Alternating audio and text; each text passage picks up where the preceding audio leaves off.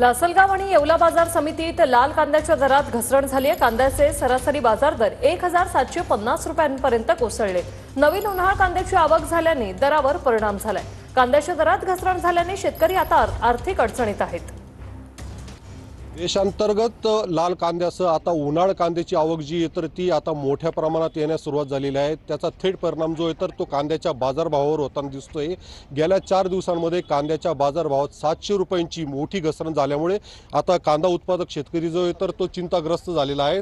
तर येवला बाजार समितीमध्ये 2450 रुपये इतका बाजारभाव मिळत होता, मात्र आता 1800 रुपयाच्या आत म्हणजे 1750 रुपयापर्यंत बाजारभाव आलेले आहेत आणि ह्या बाजारभावातून कुठेतरी उत्पादन खर्च निघणार आहे। त्याच्यामुळे जास्तीत जास्त कांद्याची निर्यात होण्यासाठी 20% जो कांद्यावरील निर्यात शुल्क जो आहे तर तो रद्द करावा आणि कांदा निर्यातीला 10% जे तर ते अनुदान द्यावा अशी मागणी जी आहे तर ती आता शेतकऱ्यांसह व्यापाऱ्यांकडून होत आहेत।